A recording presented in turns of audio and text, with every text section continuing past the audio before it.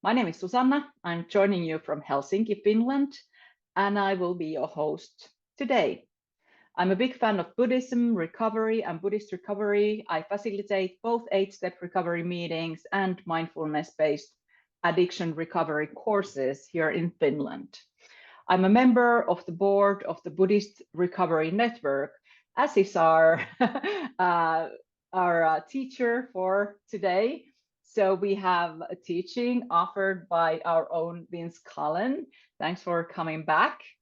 And the topic of the teaching tonight is higher truths and advanced understandings.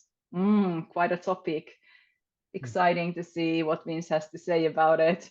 Thanks everyone for being here and being part of our community today. So I'm going to tell you a little bit about the practicalities. To start with, we have 60 minutes and we will start with a short period of meditation led by Vince, and then there will be the teaching.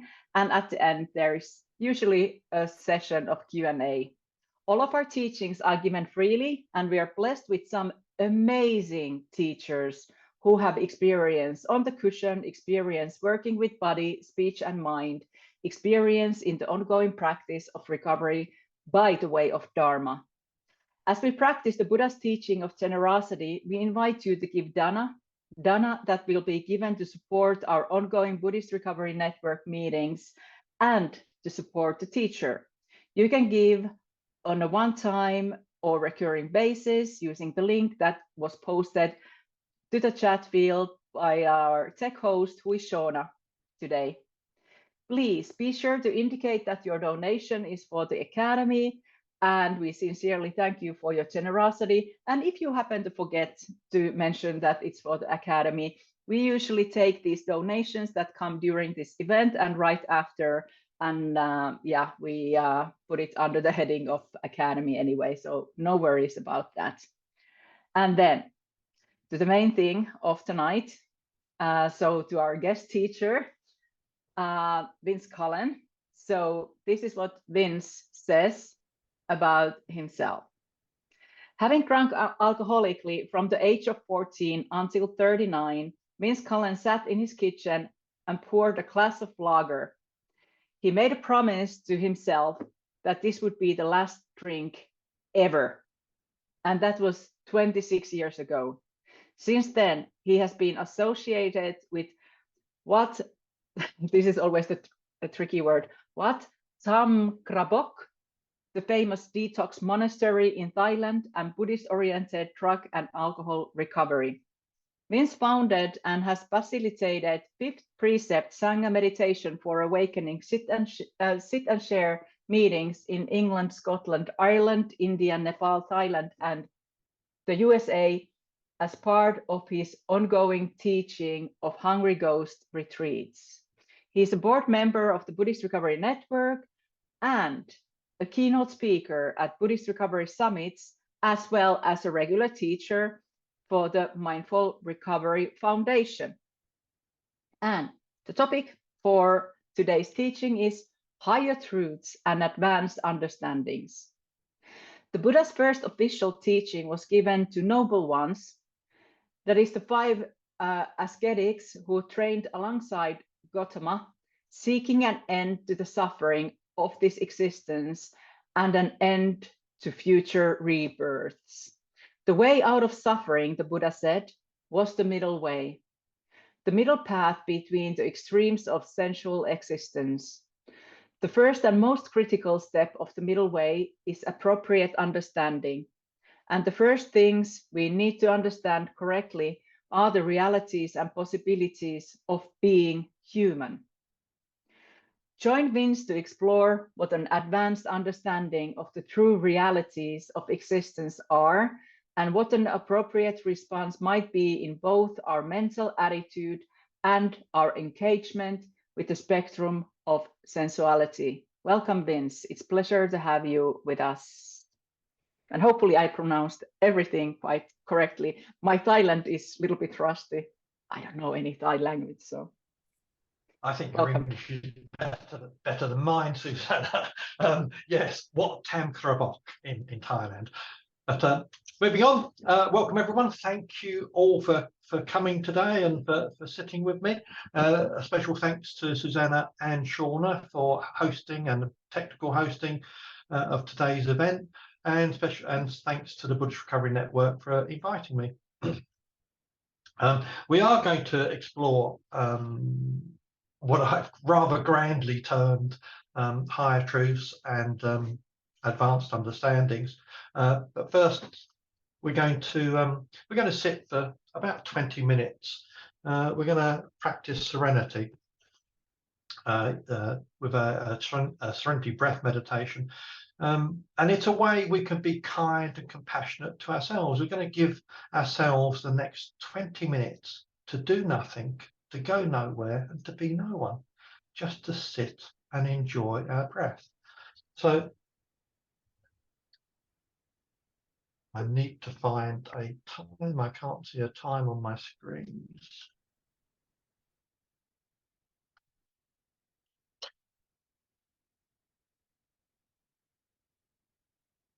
Okay, I've got a time now. Right, so here we go.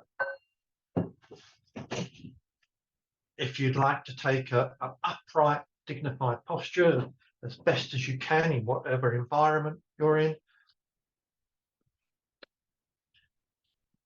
upright and dignified, you can let your eyes gently close if that's comfortable for you, or you can have your eyes half open, just gazing a few feet in front of you.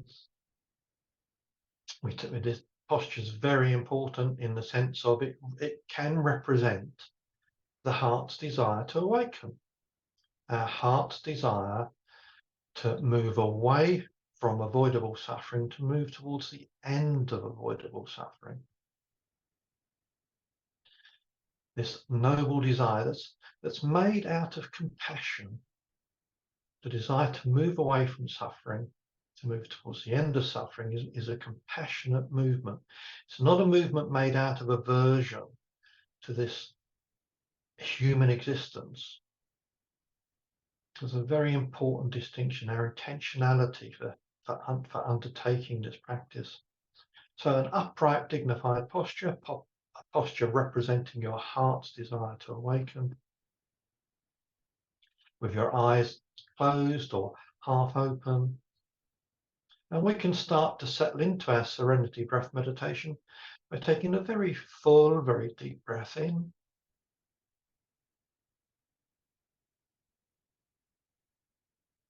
And a very long, slow, deliberate breath out, just feeling the breath in the whole body as we do so.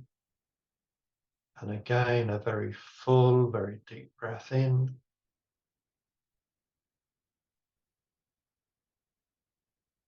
And a long, slow breath out. And getting a sense for being grounded, supported, sitting amongst friends, even if we are hundreds or thousands of miles apart.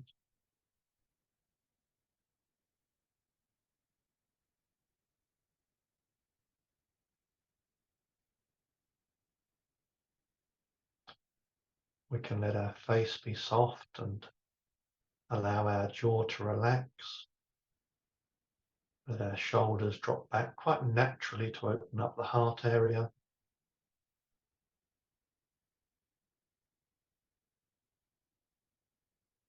And we allow our arms to hang properly by our side and our hands to rest easily in our lap or on our thighs.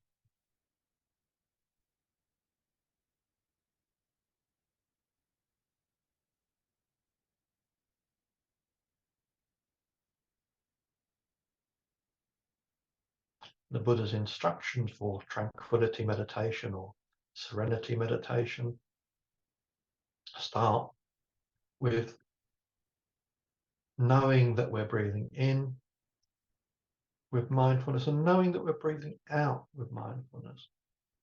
So sometimes it can be helpful to start this practice just by reciting silently at the back of our mind breathing in, I know that I'm breathing in.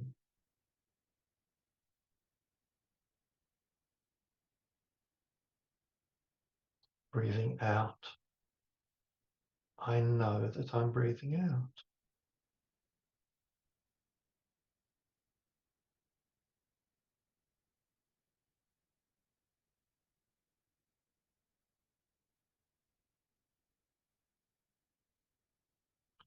So for the next 15 minutes or so, there's nowhere else to go. There's nothing else to be done. There's no one special to be or to become. We're just giving ourselves time to sit with our breath.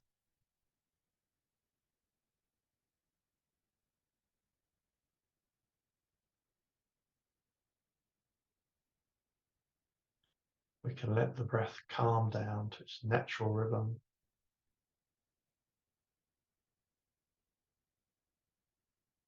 We calm the breath as best as we can.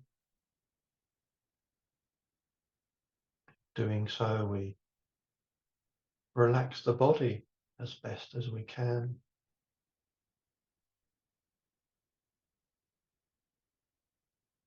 And in remembering to come back to the breath, we calm the mind as best as we can.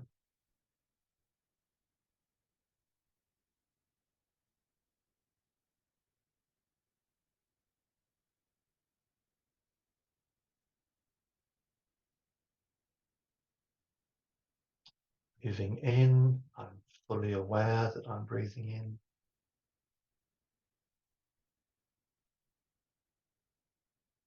Breathing out, I'm fully aware that I'm breathing out.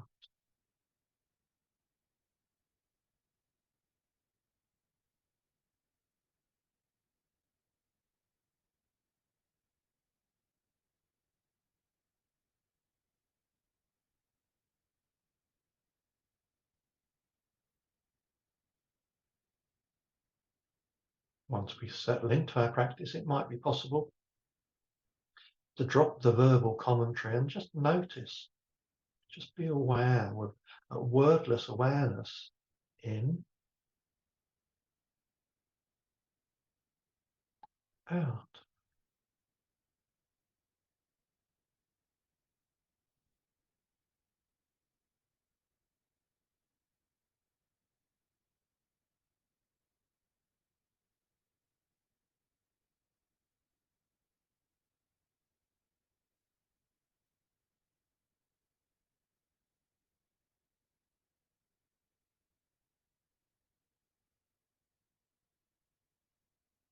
Life rests upon a single breath. So we are encouraged to pay attention. We're encouraged to take delight. We're encouraged to have a friendly, affectionate curiosity and interest in each and every breath.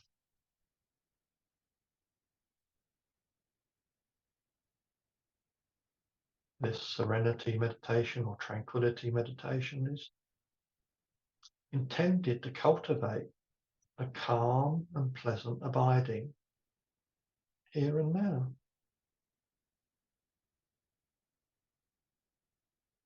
But inevitably, the mind will wander. It's what the mind does. It goes out looking for things to think about, looking for things to worry about, looking for things to look forward to distract itself.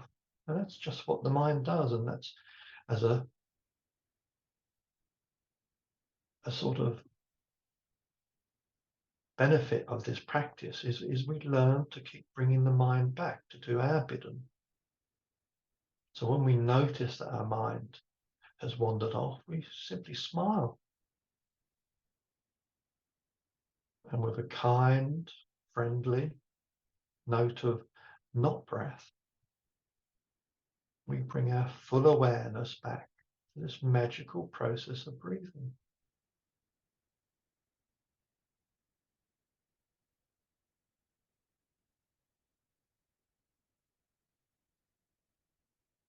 Our whole practice is grounded and founded on this idea of the four facets, the 4 faces, 4 attitudes of love, of kindness, compassion, joy, and equanimity. So while we're sitting, we're encouraged to have a smile in our heart and a smile in our mind, and even like the best Buddha statues you see all over the world, even a small smile, an imagined smile on our face. We're encouraged to take delight in this breath, to take delight in this moment. Because this breath and this moment is all that we have.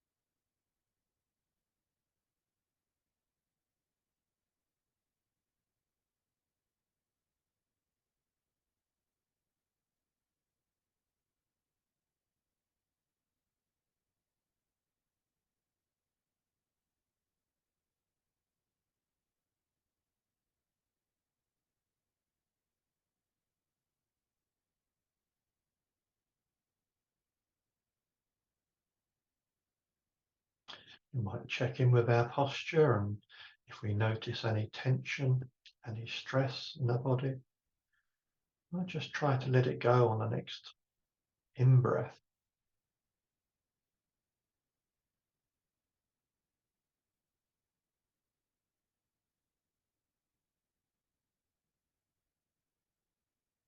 Indeed, to aid our practice, particularly for anyone new to this practice, it can be helpful just to recite at the back of our mind like a silent whisper. Breathing in, I relax my body. Breathing out, I smile.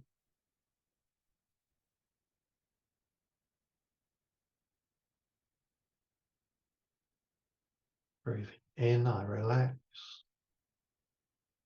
Breathing out, I smile.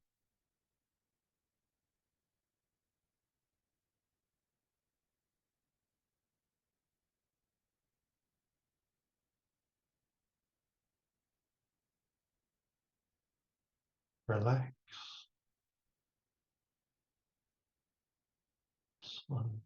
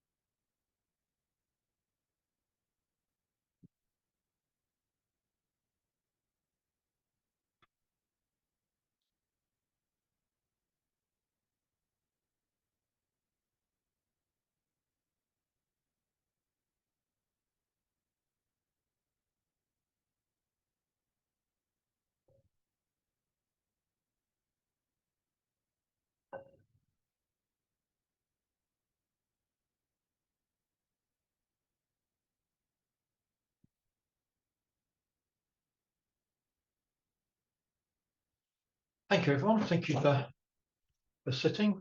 Thank you for your practice. Thank you for your presence. As I always start these talks, just to be transparent, and part of the teaching is what I'm about to say are just views and opinions and not necessarily the truth. It's how I see things, part of my narratives and my stories.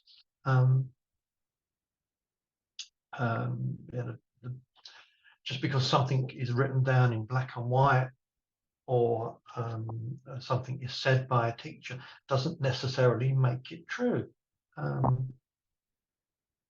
But this is what I'm going to talk about today. This is where I am in my life at this moment in time. This is my understanding of how things are. And the whole Buddhist path is an invitation to investigate the basic pattern of things and how things really are. Sometimes people, I won't say complain, or maybe I'll say complain. Sometimes people complain that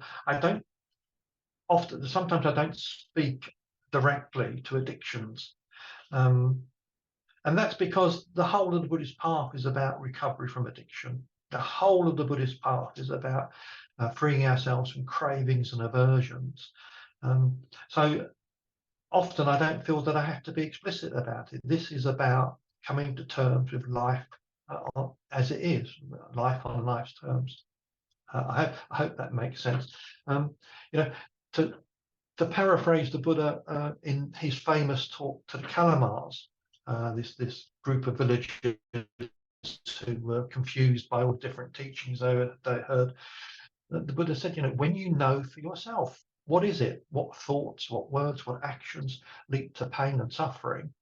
And when you know for yourself what thoughts, what words, and what actions lead to benefit and welfare, then you should act accordingly. And addictions and compulsions are not for our benefit and welfare. In the Buddha's first teaching after his awakening, after spending 6 years looking for answers and sometimes indulging in some very extreme self-mortification practices, including sleeping on beds of nails and eating cow poo and drinking his own urine, not washing so that his skin was caked with dirt. He undertook some pretty extreme practices in his search for an answer to this continued suffering in life, in particular from his point of view about future lives, although that's a point of contention.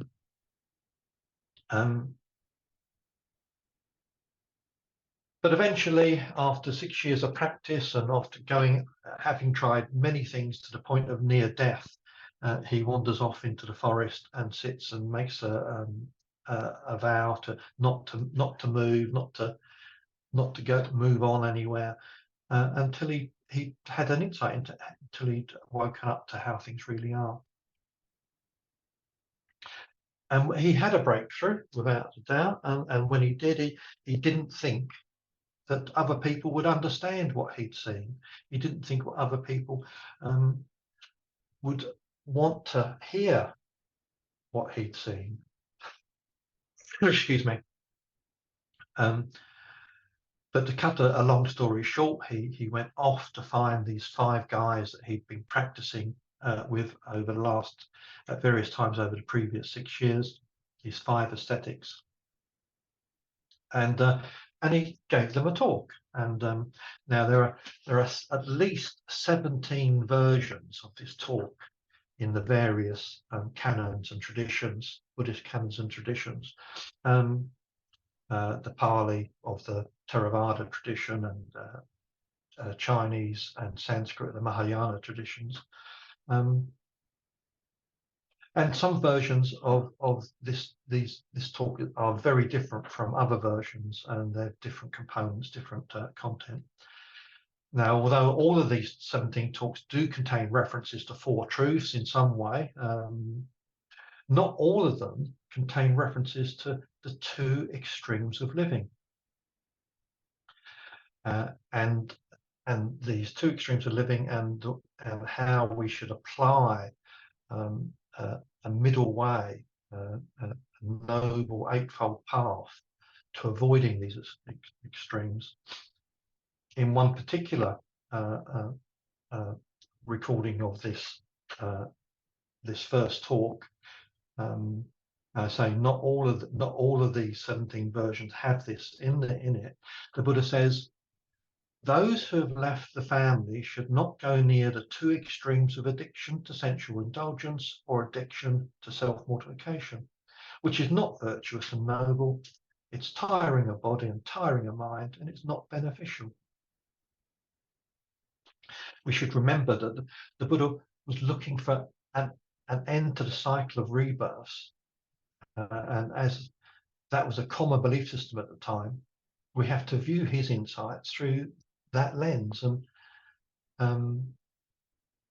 but now we can overlay his insights with modern psychology and modern neuroscience, and as well as ancient and modern philosophies. I find it very beneficial to keep in mind, to remember that the goal of the Buddha's search, the ultimate end to his practice, was, and his practice was in the service of not to be reborn, to bring the perceived cycle of rebirths to an end. And I always find it interesting to remember that the Buddha never had grandchildren.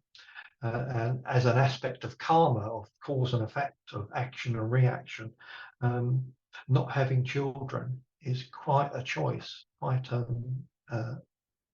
karmic action. As far as I can ascertain, and I'm not a scholar, but from my reading and from listening to teachers, it seems very clear that most important suttas and sutras from the Mahayana tradition throughout the various traditions have been adulterated in some way, with some being more likely to be an accurate record or closer to what the historical Buddha actually taught, and some being what we might say enhanced versions, with paragraphs and passages and phrases added for whatever reason at a later date. Anyhow, whether this first talk was given as stated or whether it's a combination of teachings, which is more likely, it's a combination of two different talks, two different teachings, the contents are still valid.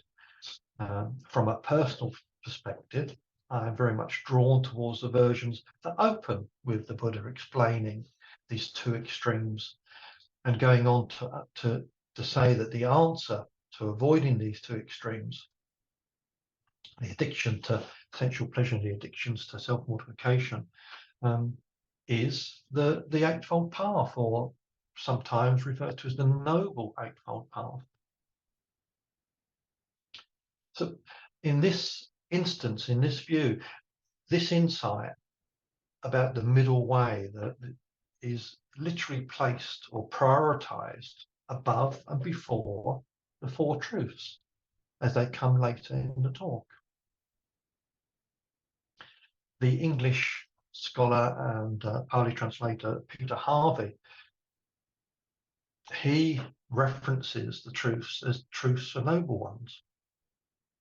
And many other scholars acknowledge that the word noble before truth seems to have been added much later on in the tradition. So the idea that the path itself is a noble path, the noble steps, but the truths are truths for noble people, for noble ones. And the noble ones are the ones who are practicing. The noble ones are the ascetics, the noble ones who are committed to training. The first and most critical step of the Eightfold Path is appropriate understanding, or right view. The first teaching is normally referred to as something like setting the wheel of Dharma in motion. But there is a suggestion that the original title of the talk was something like, or more like, opening the Dharma eye. And this makes a lot more sense to me, as And another translation by Peter Harvey, he translates Dharma as the basic pattern of things. So maybe right view or appropriate understanding can be thought of as seeing the basic pattern of things with the Dharma eye, with the eye of Dharma. And in this sense, or in the sense that of advanced understanding, it should be remembered that many of these teachings were intended for noble ones. They weren't intended for lay people. In fact, right view or appropriate understanding is often broken down into mundane or ordinary understanding and super mundane or extraordinary, advanced understanding, locutula or locutara, depending on your pronunciation. So the mundane or the ordinary part of understanding, of appropriate understanding, was taught to lay people as, you know, what's right or wrong, as in the talk to the Kalamars, asking the Kalamars, you know, what leads to suffering, what doesn't lead to suffering. So when you know for yourself what leads to suffering and what leads away from suffering, then you act on that. And a basic teaching, the teaching of karma, that everything has a reaction, all actions have a reaction. And I do believe that you could probably write an equation that describes karma very much in the way that the Buddha did. And bright actions, bright thoughts, bright words generally lead to bright results, and dark actions, dark thoughts, dark words generally lead to dark results.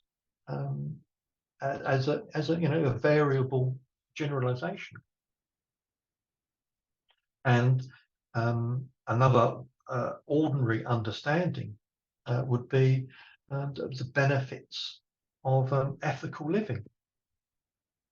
And the first powerful, the first trainings for ordinary lay people is generosity and ethics, and particularly the generosity of ethics. There's a lovely sutta called the Reward Sutta, where the Buddha expresses these 5 gifts that we offer to other people, which generally are known as the 5 precepts: not to kill, not to steal, not to be sexually responsible, not to tell lies and speak harshly, and not to take drugs and alcohol. And he presents it not as a training for ourselves, but as a gift we give to other people, a generosity of our ethics, so that we can make people feel safe, we can make people you know, comfortable in our company, not to fear us. But moving on to what might be considered the higher truth, or the advanced truth, the advanced understanding. This first part of the Eightfold Path, the Noble Eightfold Path, taught to noble ones, was the 4 Noble Truths, or the 4 truths for noble ones, particularly a conceptual understanding of these 4 realities, these 4 recognitions, these as well as the 3 characteristics of existence, in terms of everything being temporary, transient, and impermanent, and cyclic into the existence and the pervasive nature of discomfort and dis-ease and suffering, distress, and the 3rd characteristic of there not being a fixed, unchanging self that we can claim ownership of. So these were higher, advanced understandings taught. But largely that distinction isn't made now, because we all have access to these teachings in the written word or audio recordings, and that distinction isn't made.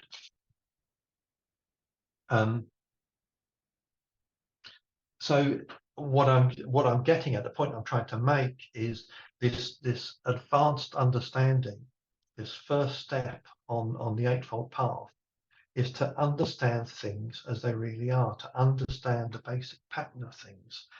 And a critical, and it sort of follows from that we have to understand what life is, what our existence is, and that's where the four truths for noble ones comes in. And the word for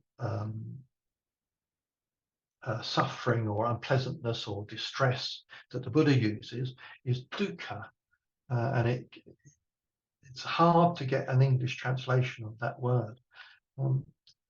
But he says there is suffering, there is distress, and he says, now this is the truth for noble ones of distress. Birth is painful, aging is painful, illness is painful, death is painful, sorrow, lamentation, grief, and despair are painful. Union with what is displeasing is painful. Being separated from everything we love is painful. Not getting what we want is painful and disappointing.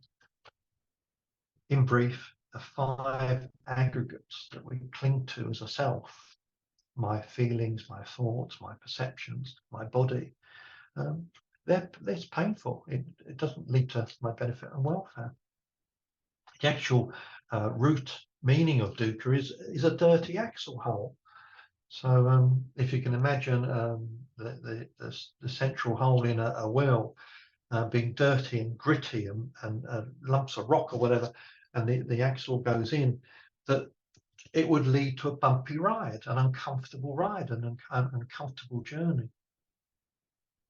But when I look at life more generally, I can see that life is stressful, life is uncomfortable, it's uncertain, it's insecure, it's disappointing, it's painful. And certainly in my experience, life is complicated, it's boring, it's impersonal, it's difficult, it's distressing, it's challenging. Life is unfair, and I can say that from a very personal place.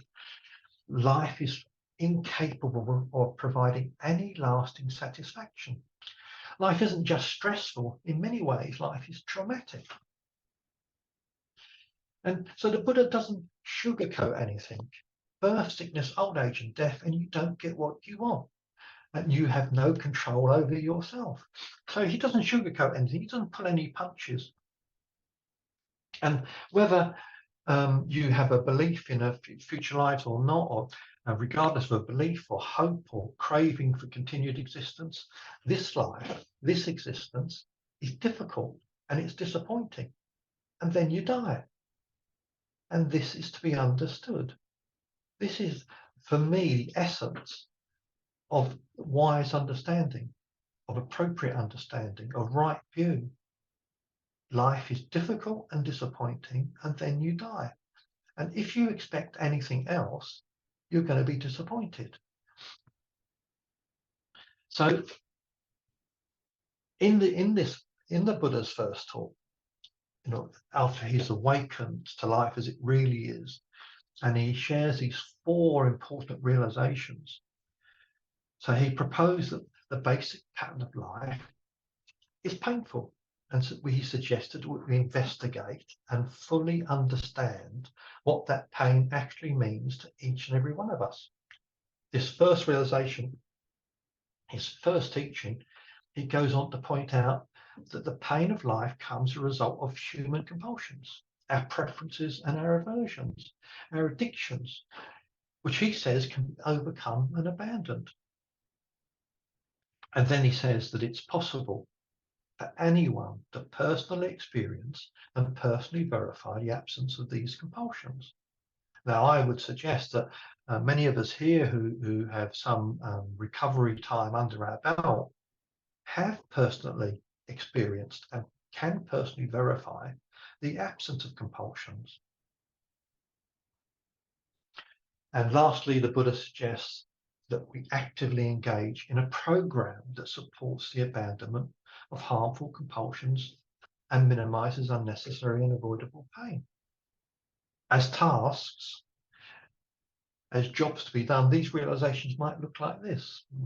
Recognize what it is to be human, abandon painful compulsions and addictions, familiarize ourselves with what freedom from these compulsions feels like, and teach our body and mind to live a good life through whichever program we choose, a 12-step program, an 8-step program, an eightfold noble path. Whatever program we choose, we lead a good life. I don't know if I can just put my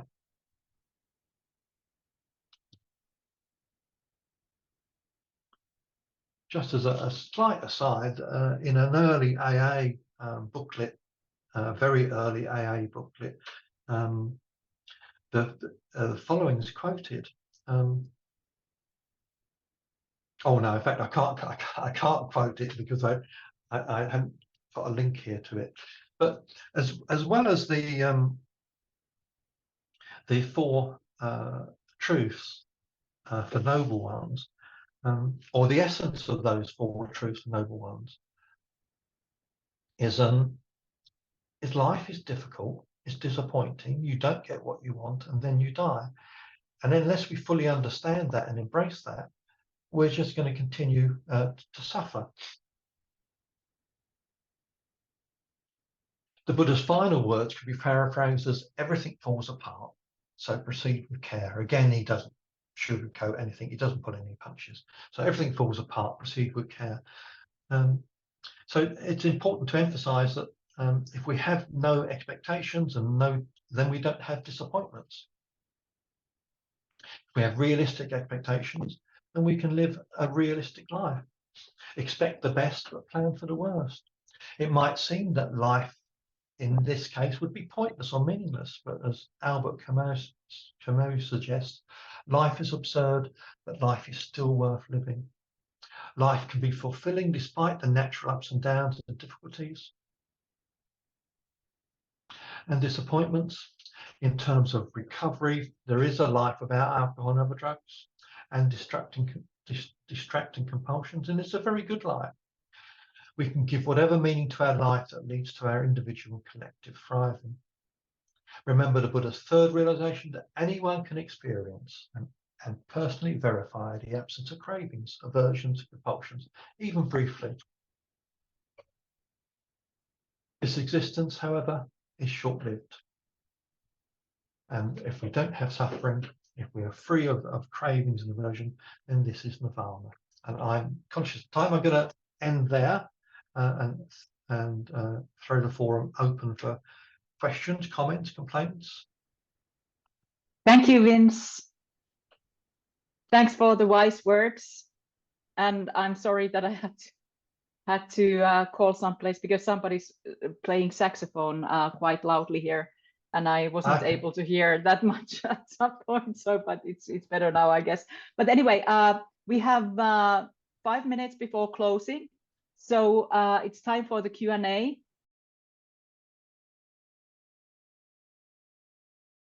Thank you all very much. Thank you for giving up even more time.